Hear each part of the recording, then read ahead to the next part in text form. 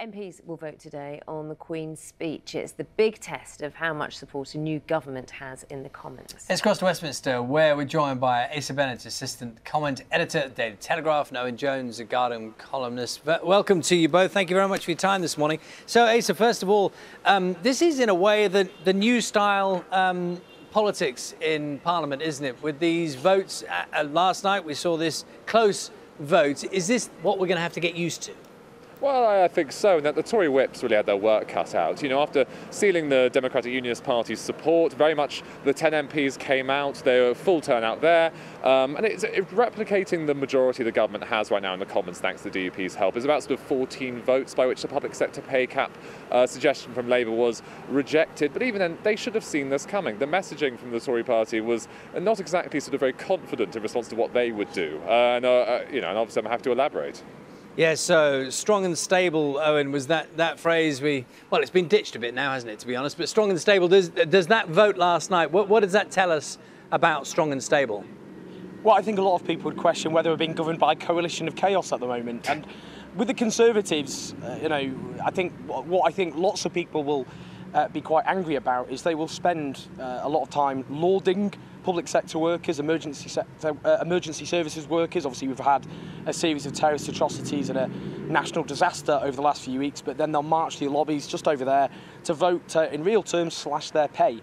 And with the Democratic Unionist Party, who are now propping this government up, they've obviously got £1 billion extra money for Northern Ireland, but have again themselves voted through, gone through the lobbies to vote against giving public sector workers a pay increase here. But I think the real problem as well, yesterday, as you point out, in terms of the strong and stable government we were promised during this general election campaign, is the message was just all over the place yesterday. I mean, it really is chaos. You had senior cabinet ministers briefing, suggesting openly that the freeze should end. And the problem is with this government is because the authority of the leadership has imploded, discipline amongst the Conservative Party is imploding as well. There's no strong centre or strong leadership. So you'll get cabinet ministers openly suggesting we should end the freeze in this country before having to go through the lobby and vote to enforce it. Yeah, so there's no escaping the notion that Philip Hammond, for example, seems to be free at the moment to say what he wishes in a way that he never would have previously. That has changed significantly, hasn't it? Absolutely. He talks of the confidence of a man who's, had a near-death experience and survived, in a sense. Theresa May was about to axe him, and now, look, the election result means he's safe as anything. And so this is why you've got a very sort of independent, freewheeling cabinet now, where people seem happy to speak their minds, whether it be on the public sector pay gap, austerity, or Brexit, for example. And I mean, the end result seems to be that whereas before a sort of well-drilled cabinet, that would be able to discuss things over the table, agree their lines, and go out and sing from the same hymn sheet. Now it's sort of all sorts of, it's a real sort of cacophony when they should be focusing, they should get in line behind some sort of message. But at the same time, Owen, I mean, the reality is for the Labour Party that we talk about cacophony of noises from the Conservative Party. Great word, cacophony. These it is a good word. These votes are going through. Last night, very small margin, but the votes are going through and probably will go through. We got another vote today, haven't we?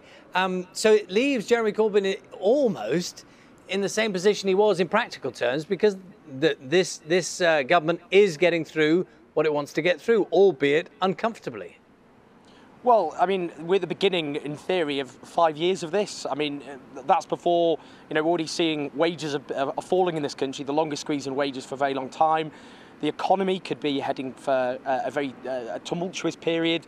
There's Brexit negotiations. I think the idea that this government can keep itself together for 5 years, a full-term parliament, keeping the Democratic Unionist Party as well as rebellious backbenchers, on side when the authority of the Prime Minister, of the leadership of the Conservative Party is imploded, I think is a bit fantastical. You will have now, if we've already got a situation where Conservative cabinet ministers are openly briefing against their own party policy and openly briefing against each other and ridiculing each other. We've had, Boris Johnson, Philip Hammond, David Davis publicly briefing against one another. The idea that this government, at a time when the country is facing a series of crises can keep itself together, I think there's a very big question mark over it. We don't have strong and stable government in this country. No one can argue that. Owen, thank you very much. Owen is from The Guardian. Asa, thank you for your time as well. Asa Bennett from the Daily Telegraph. Thank you both very much. You didn't frankly have the balls to put country before party.